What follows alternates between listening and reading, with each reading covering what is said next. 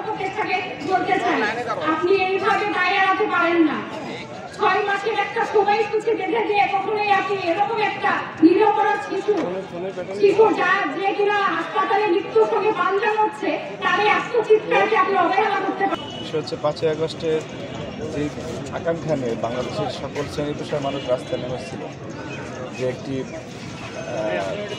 ন্যায় বিচারের বাংলাদেশ, সুবিচারের বাংলাদেশ, যেখানে মানুষ অন্যায় বিরুদ্ধে প্রতিবাদ করতে পারবে, সুবিচার পাবে। দেখুন, এইগুলি শুধু আমার কাছে মনে হয় যে বক্তৃতার খোঁজখোঁজানি, এই টেলিভিশনে টকশোর কথাবার্তা, এগুলির মধ্যে সীমাবদ্ধ রয়ে গেছে। ঠিক শেখ হাসিনা ফ্যাসিস্টরা থাকাকালীন সময়ের যে বাংলাদেশ আর আজকের বাংলাদেশের মধ্যে কোনো পার্থক্য দেখছি বলে আমার কাছে মনে হচ্ছে।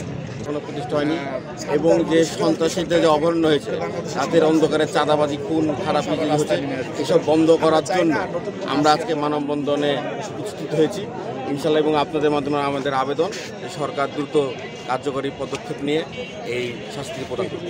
দাঁড়িয়েছি সারা দেশে এখন যে কারণে সবাই দাঁড়াচ্ছে, ধর্ষণ, নারীদের সাইবার বুলিং বা বিভিন্ন নিপীড়ন, এগুলোর কিন্তু বিরুদ্ধে দৃষ্টান্তমূলক শাস্তির জন্য, শাস্তির দাবিতে কিন্তু আমরা এখানে এসে দাঁড়িয়েছি, যেটা কিন্তু সারা বাংলাদেশের সবাই এখন সব জায়গা থেকে দাঁড়িয়েছে।